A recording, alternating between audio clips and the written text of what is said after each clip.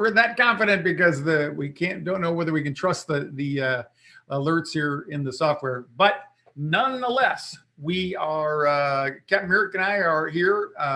Our good friend Ace, First Officer, Wingman, and otherwise Chief Technical Officer, has beat feet on us. He is in Thailand, of all places, and Eric and I are taking bets on what kind of a hassle he has getting back there. But anyway, he's over there, and he's en route from one place to another right now, so he couldn't join us tonight.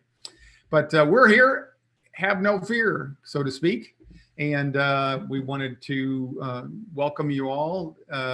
We're here for you every week for anybody who's afraid to fly or who has a fear of flying, or if you know somebody, which chances are if you're not afraid, you know somebody. And then lastly, if you just want to talk about airplanes and stay up to date on what's going on in the airline community, basically the aviation community. Let's see. Let me share my screen. Oh no, he might be there. I think so. No. Yeah. So let me share my screen. There he is. Hey guys. How are you? Where are you? Yeah. Well, I happen to be at the Thai Polo Club as well. I guess not. You can't see that right now. Here in Pattaya City in Thailand, and so far the internet seems good enough. That's awesome. Really? Okay, good. cool. So here we go. We I guess somebody's clicking my screens here. Are you doing that, Dieter? Hands off. Okay. Well, we're apparently the PowerPoint is on autopilot. So wow. All right, there we are. And we want to, again, I acknowledge all of you in our Birds of a Feather Facebook group and encourage those of you who aren't in the group to join it. Just head on over there to that link and introduce yourself to the group. We got over 500 people in there and growing. We'd like to continue that and keep things going. Tonight, we're going to I got a poll question there. Related to the coronavirus. What else would we talk about, right? And we do have an update. Some of you may have caught the special edition of FearlessFlight Live I did on Saturday. And then there were a couple of things in the news one related to an incident and another one related to the coronavirus there. So the poll question: have you made a fear purchase in the last week? I think it's an interesting parallel when we look at what's going on with the corona novel virus, aka COVID-19. Eric and I were talking about this today, just observing in our own communities here the rash of people making desperation purchases of toilet paper of all things. And I mean, we were talking about that earlier today, Eric. I mean, it's kind of crazy out there, right? Just watching people get in line. I was talking to the people at the Fry's grocery store over here in the neighborhood where I go, and they've cut the actual open hours for the public down by 5 hours, I believe. But the employees are still coming in during those 5 hours because they have to show up 2 hours early in the morning to greet the trucks to get ready because they've got people standing in line already to buy toilet paper and some other things. And I've noticed myself, I've been accused of being a hoarder sometimes. I typically have a little bit of there, but the thing that I've noticed myself is just over the last week, I've noticed every time I go into the grocery store, there are fewer and fewer items on some shelves, and some shelves have been cleaned out. Beans, rice, eggs. Now the dairy cabinet or cases were empty as well. So what's it like over there, Dieter? Just generally speaking? Well, here's what I can tell you. Thailand has about 117 confirmed cases as of right now. So compared to the landscape of a lot of countries, especially in the Western Hemisphere, it's fairly low. And oh my God, we've got, I think we just topped like 300,000 or something like that. So the reason for that, one of the reasons for that is that they had taken their lead from the Chinese a lot faster, just because of the physical proximity to China. So Yeah. so they had implemented one of my favorite words these days, social distancing, and stuff like that. So, and the other thing is, it's extremely hot and humid over here, and that is not the most conducive climate for the virus to flourish. So those two things combined have, I think, pretty much, given the Thai people, kind of like a positive edge on staying on top of it. But I will say that there's a lot of people who are concerned. There's a lot of people who, are dependent on tourism. Just in February alone, the flights in and out of Bangkok were reduced by 44%. So, a country that's heavily relying on tourism is feeling the impact of the virus in other ways. Yeah. And so, yeah, it definitely has an impact on the culture. And but like I said, I think in terms of the fear level, and in terms of the kind of maybe panicky part, there's not that much over here. Yeah. So yeah, that's what I can say from being on the ground. And I will say that, obviously we're exercising an abundance of caution, and we're not choosing to go to a lot of public places and things like that, just to minimize our own exposure, and just being sensible about our own health and well-being. Ron, you and I talked about this a whole bunch, and one of my buddies who always has a sage question without being verbose, we were looking at this run on Costco with these people coming out with this immense amount of stuff, suburban loads of junk, and throwing it in there. And my buddy goes, "Where do you think they put it?" And I'm like, "Oh, like their house wasn't empty to start with, and Right. We don't have basements. And if the beer refrigerator in the garage is already full, what do? Put it in the living room floor, then buy ice at Circle K and throw it on top of it? Yeah. I don't know where they put it all." Yeah. It is interesting to me, and it's what's kind of eerie. Just I'm spending more time at home myself, but it is kind of it feels like a day off every day. We're going to touch on your impact, the impact on your schedule here in a minute, Eric, when we talk about the airlines and what's going on out there.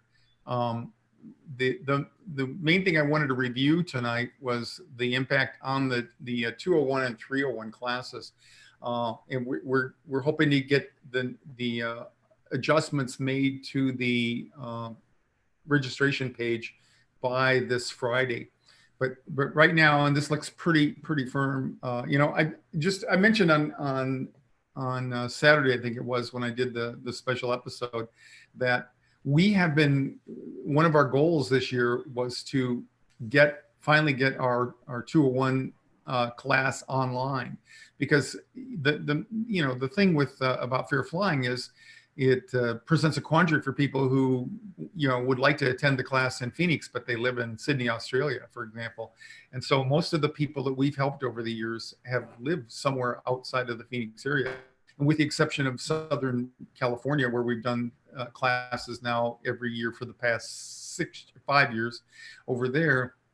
The live classes are here.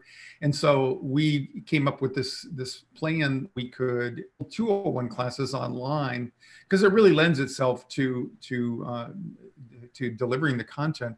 And then we would try to build up enough people in different metropolitan areas around the country. And then I would fly out, or the team would fly out, and we would actually have the 301 class out there. So that's what we're shooting for. So just specifically to the changes that we're making, to the 201 class that was supposed to be launched or be delivered on April 25th. This is what we've come up with, and you can see that on the screen, hopefully. We're gonna nearly double the content, and not only is this going to be available to you on demand, the first editions are going to be live, but you'll be able to go, and we'll probably give access to from 3 to 6 months after that. So you'll be able to see it, and you'll be able to go back and get it, which should serve many of you much better than even if you could come to the live class. So we're going to double the content. We're going to reduce the price of that, and we're going to separate the 301 class from this, and I'll talk about that towards the end here. The first module we're planning on delivering on Saturday, April 11th at 10 a.m. Pacific time, and it'll be an hour and a half. And then a week later, on April 18th, we're going to deliver the second module. I wanted to put some time in between the first and the second one. And we're going to deliver basically 3 parts plus a Q&A. So this part 2 will be on April 18th at 10 a.m. Part 3 will be on Sunday, the next day, April 19th at 10 a.m. Pacific Standard Time. And then the fourth one will be that middle of that week on April 21st. That's the only one that we'll do in the evening. That'll be 6 p.m. Pacific. And that'll be mostly Q&A, wrapping up the course and addressing all of your questions. We are working desperately to come up with alternatives ways of delivering the live streaming. And I'm particularly interested in finding something where you get a much more engaged feeling, where and we have the hardware. We just have to be able to practice it and run through it a couple times to see if we can manage it. Because the dilemma for us, or the challenge for us, is Dieter's our resident brain, and he'll be hopefully, if he gets back from Thailand, he'll be in Toronto, and he's going to be actually directing the thing like it was a TV studio, and Eric and I are going to be down here in Phoenix, and so that presents some challenges for us. But I've watched other several providers do this with a variety of software out there, and it's really slick. And you do get much more of a feeling of engagement with that. So the 301 class, okay, you might want to pay attention to this if you still have any interest in this. If you wanted to, I'm gonna keep my tickets for the 301 class, and depending on how many people we go, Eric's still making himself available. Dieter would be available. We are still planning the 301 class. Now that's subject to the big picture, what happens with this whole coronavirus thing. But as it stands now, by April 25th, we're anticipating that there may be some movement in that, and we could actually get the flight. So if you, because I've had a couple people register and also get their tickets on Southwest. And those people who have registered, I'll be contacting you specifically by the weekend to afford you options as to what you want to do with your registration. But the 301 class, we will be prepared to fly if at all possible. And if we have one person, I'm going with you. We're going to go from Phoenix to Vegas and back. And so you can count on that. If you choose not to fly that day but want to fly later, we're going to have some options for that as well. We'll come up with that. And like I said, this is just the universe giving us that little nudge that we needed to get our act together and convert our live classes to online content, which is going to serve many, many more people, not only around the country, but around the world. So, and I just wanna bring that in, that, social collaboration, which is such a big aspect of what we teach in our Fearless Flight method, that's not going to go away. And that's why really the focus, like my daughter is in university, they obviously canceled all the classes and all the tests up here in Toronto. Well, here, I'm in Thailand, where she is. And so the switch is really going to online learning and online collaboration. So it's not just, sure, you can sit in your PJs if you like to and watch the classes, so but we also are working on ways to interact. And that's really what's important, because as many of you know, your fear of flying is one of those things where you feel embarrassed to admit it, you feel shame, you feel somewhat isolated in your experience. And then you come to a class, or then you come to a place like our Birds of a Feather group. And actually, I think, Ron, we just passed 600 members in our Birds of a Feather group. Oh, so, cool. So it definitely has expanded. And so I really want you to recognize that this virus has given kind of like the whole world a little impetus to, it'll change things. Yeah, it'll change for sure for everybody. Sure. And unless you've been in a phone booth, if you've had anything that you were thinking about connected to education or conferences or anything like that, everybody's done that. I mean, literally, Dieter and I were connected to a psychotherapy network, and they had a big conference. This was to be their 43rd first time in history. They canceled it, and they're going to run the whole thing via streaming video. And the difference now, of course, even over 5 years ago, is the capacity and the capability of technology to do video, stream it live like we're doing here. So we'll take care of that end of it, and to add on to what Dieter said about the social collaboration part of it, you're still going to get that in a big way through the streaming video, but even bigger if you choose to fly with us on the 19th, if you happen to be able to fly here, or we got some surprises coming up. We're actually going to try to pull this off in another city in the near future. We're gonna show up a couple hours before that, do our typical briefing and connect everybody and have a live briefing there. So stay tuned for the changes that are going to happen in the 301. Pricing is subject to change, but we'll have it firmed up by Friday, March 20th. And right now it's looking like we're going to do the 201 class for $297, and we're going to have an early bird special, because our goal is to get you signed up as quickly as possible so that we can match the technology and the delivery with that, because we kind of have to have an idea how many people to plan for, because the rates that you negotiate with the companies that to deliver this are dependent on how many viewers you're going to have. So anyway, so much for that. I'm really excited about it, believe it or not. It's a great opportunity, and again, we've been wanting to do this for some time. And I got my own anxiety about moving to the next level, and looks like I'm going to get a nudge from the universe to do that. So. All right, let's talk just a little bit about the virus and then one other aviation thing in the news here, and then we'll move on.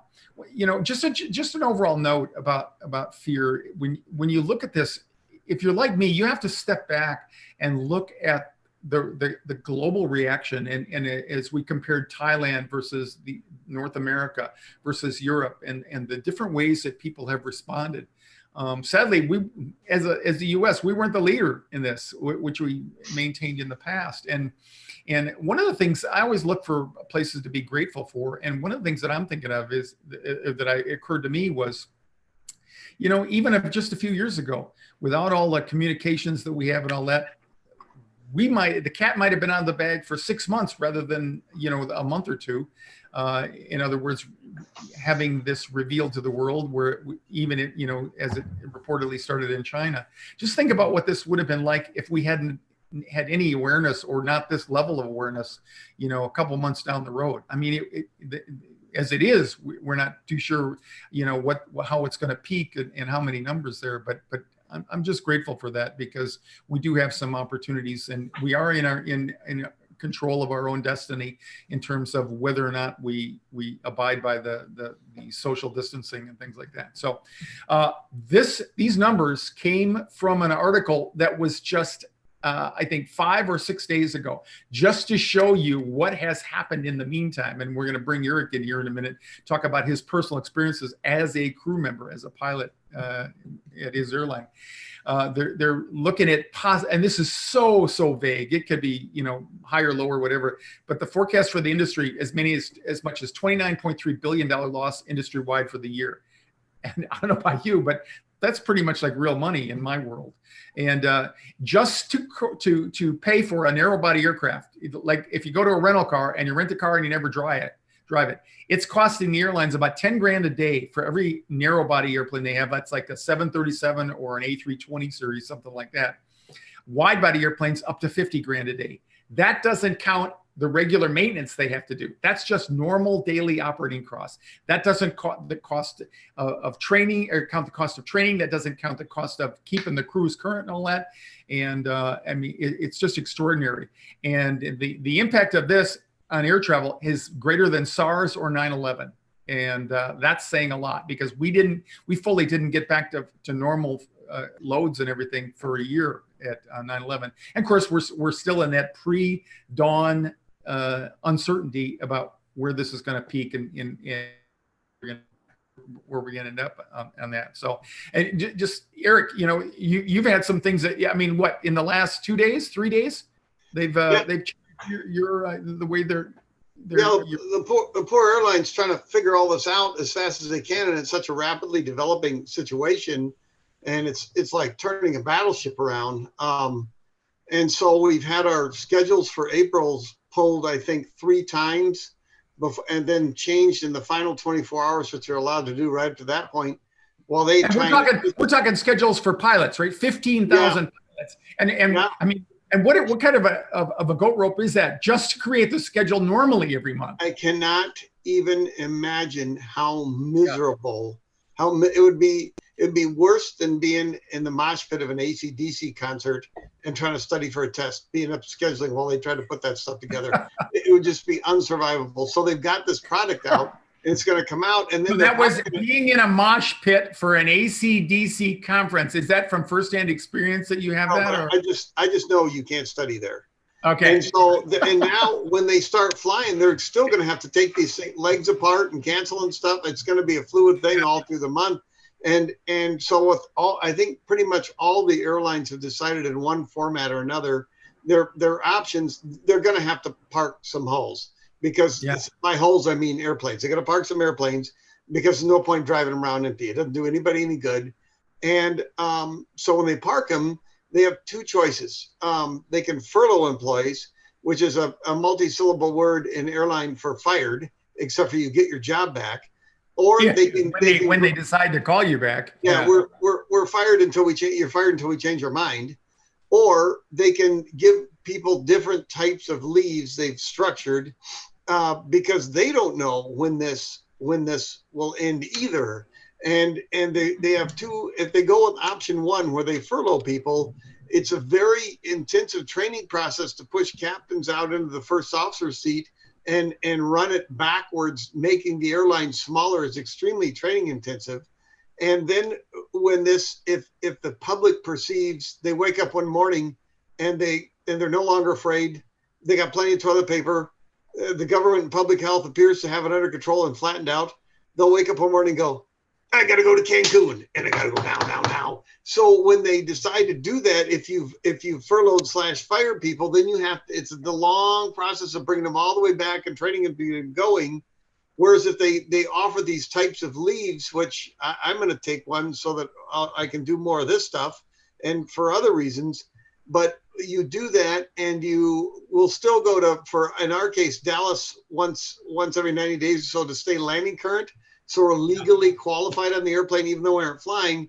So when the end of this comes, when we roll over the top of the end of this and we turn around, we have people are here, active employees, and going, okay, you guys got to fire that thing up and go, and you're current to go. That is a benefit for the employee, and not being fired, and having some compensation, and also benefit for the airline saying, wow, we gotta turn around and go back. We gotta shift gears the other way again. They can do that much more rapidly, and I think all the big carriers are doing some form of that kind of thing with it, so that they can have employees on a longer leash, but they can reel them back in and give them incentive to be able to reel them back in when they need them.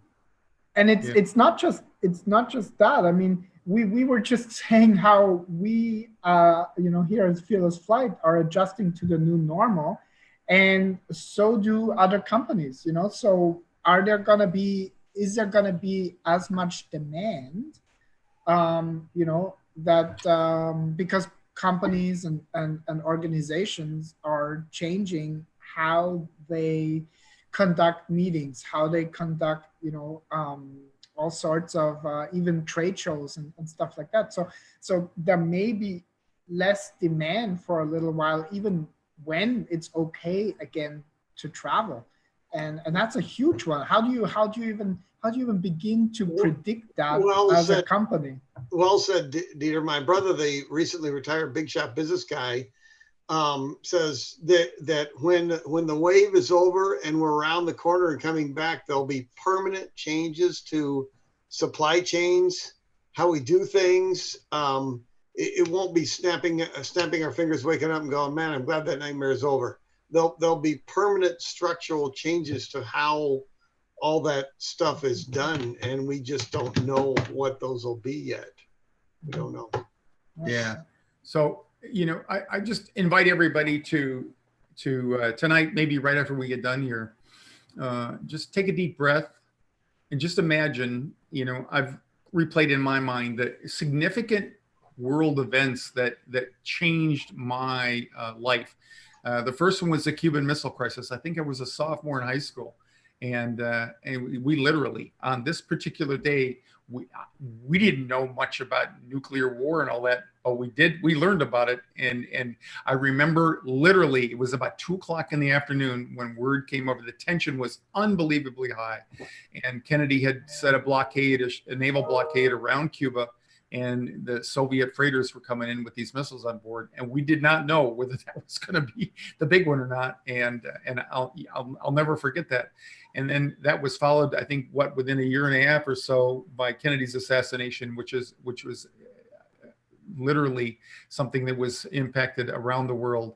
And then for me in particular, I think the nation as a whole, when we had the Challenger, the first shuttle that was destroyed on takeoff, and then 9/11. Those are events that change your life. But when I sit here now and I look back on those, they seemed overwhelming at the time. It seemed like life would change as we knew it, and certainly there were changes that came out of that, but they passed. And to me, that's the theme with all of you when we're talking about anxiety, we're talking about fear of flying. This too shall pass, and it will. It just, you just want to try to stay in the moment and do your best. Love the people around you, and keep on taking it one day at a time. So I remember that as a little kid, and you were an adult and a military guy, but that Cuban Missile Crisis was the closest thing we ever had to starring in our own Dr. Strangelove movie. Oh my gosh. It was really something. We did not know whether we were going to survive that day. And it was big time. So, okay, last thing, let's take a quick look at this incident that happened here. Eric, we didn't have a chance to can you see that map there? That's just a profile off of FlightAware. What happened was the 737 took off out of Las Vegas. I think they went up to 37 or 39,000 as a cruise altitude, and they had a problem with the pressurization. And you want to give a little bit of insight, how we would know that, Eric, in the cockpit? Yeah, we and Ron's perfectly capable of answering this too. He's got a lot of 737 experience, but these guys are head up. Were they going to Boise? They're going to Boise, yeah. And so you're flying along, and the airplane has tremendous redundancy that we've talked about in the past, and multiple systems, and it also has multiple ways to warn us. And we have in the 737 two pressurization controllers, and there's actually a third manual way to control cabin pressurization. And we have an indicator up there showing the cabin pressure differential, the amount of pounds per square inch it takes to bring the cabin altitude down to an effective level. And we also have an analog hand, like a big clock, showing what the cabin altitude is. And if it becomes excessive, we'll get an oral warning and a light saying, hey guys, you got a major problem. But in normal course of scanning and looking at things, the guys may have noticed without an alarm that the cabin altitude was climbing as the altitude of the effective altitude inside the airplane was going up because either not enough air was going in or they were letting too much out. And this could have happened from a structural standpoint or because of a pressurization controller problem. And if they looked up and saw, well, the pressurization controller is pushing hard or working, I don't know if they would say, I don't know if it's a logic problem or a structural thing. And so the rest of the stories are flying along and they said, well, we do have a problem controlling the cabin altitude. The obvious choice is let's start down, descend now where the air is more dense and we'll see what we can do. And I think you said what, they descended to 22,000 feet?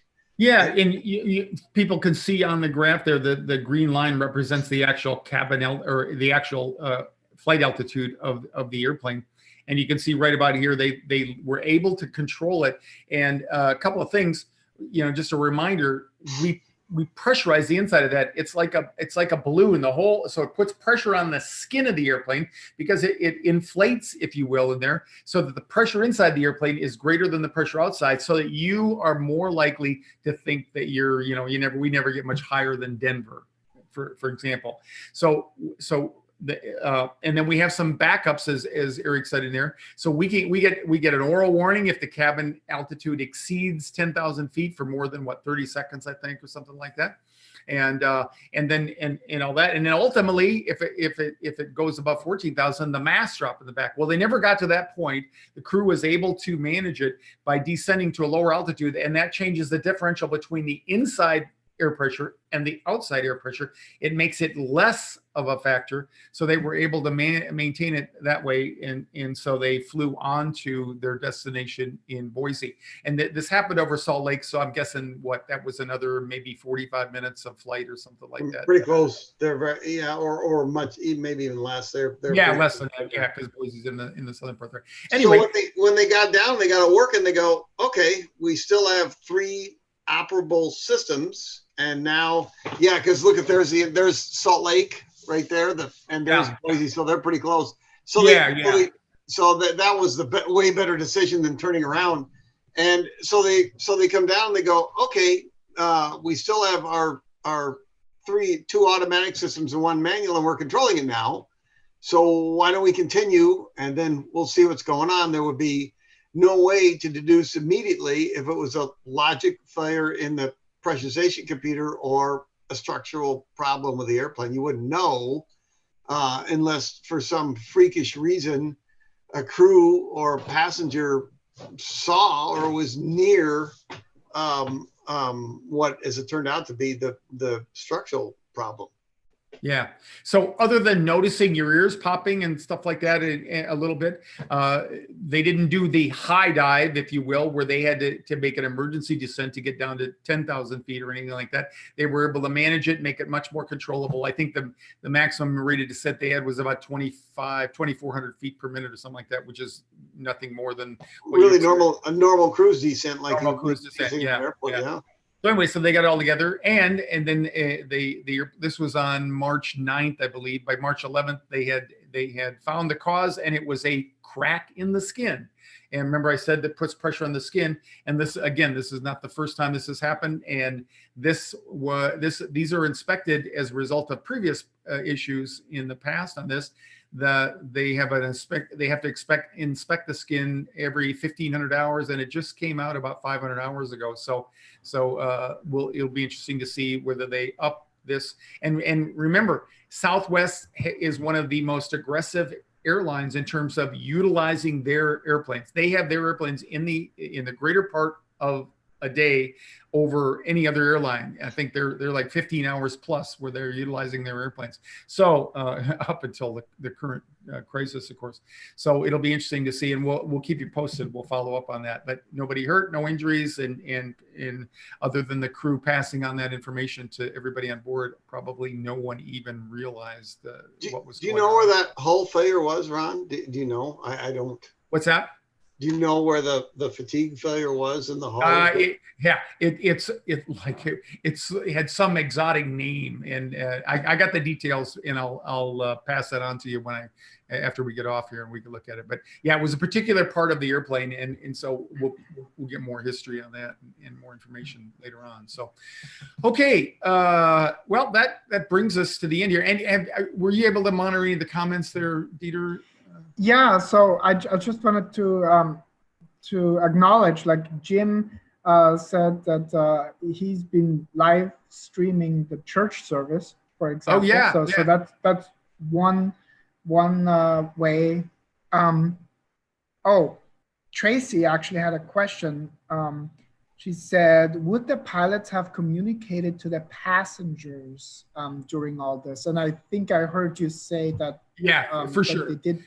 For sure, they would have communicated if they had to declare an emergency and descend and all that as well. But when it's certainly under these circumstances, I'm sure that they said, "Hey, folks, you may have noticed pressure in your ears changing, things like that," and give them a heads up on what they're going to do. And since they did not have to land short of their destination of Boise, they were able to continue on there. It would have been virtually, like I said, imperceptible to the passengers there. Wouldn't have gone out of their way at all. So, yeah. Plus, you can see more stuff at 22,000 feet than you can in the mid-30s, and they charge them not one nickel extra. Yep, there you go. So, well, and in general, I just want to kind of like roll up some of the comments. Hi, Diane, by the way. It's great to have you on. So from, not just the pilots, but the flight attendants, obviously they do the same kind of bidding and whether or not you can bid on things. So, there's a lot of uncertainty for the entire crew, not just the pilots. And also some, behaviors have changed. Like Michelle said that she bought some extra carrots and stuff. And what's really sweet, Michelle, I really want to point that out. Sometimes when these events happen and there's a ton of anxiety and fear in the air, that's really palpable.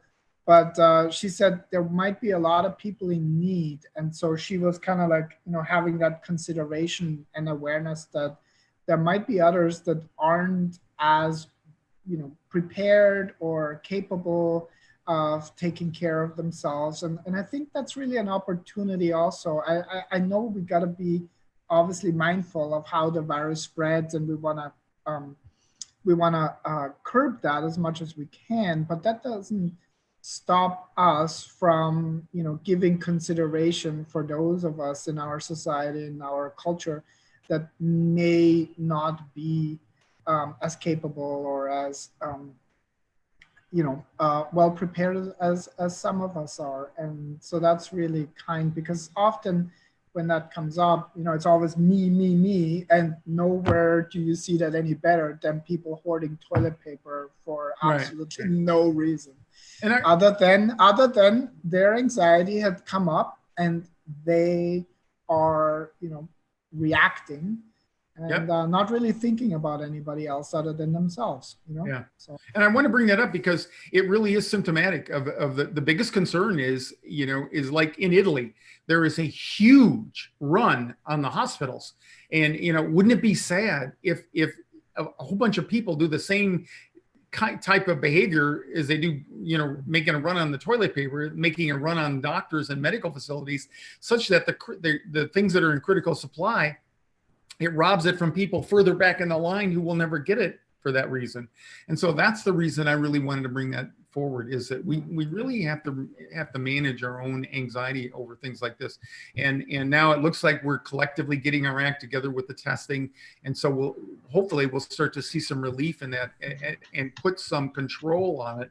Although, there's still a lot of uncertainty here. So anyway, so everybody out there, be well, be safe. be healthy and you know, be mindful and take a deep breath, at least a couple of them. So anyway, And wash your hands.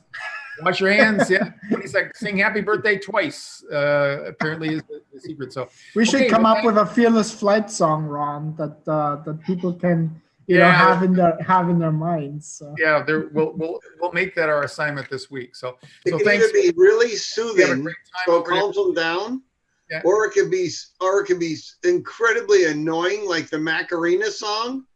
So that it actually drives them out of their mind. So they can't be thinking about the flying part because the theme song is so unbelievably annoying. That's a musical equivalent of the harmonizer. I was just gonna say that. But thanks for bringing that up. That's our commercial. Yeah, get the harmonizer. Listen to the harmonizer. That'll take you out of that zone for 32 minutes and keep playing it until you don't feel the urge to go buy toilet paper.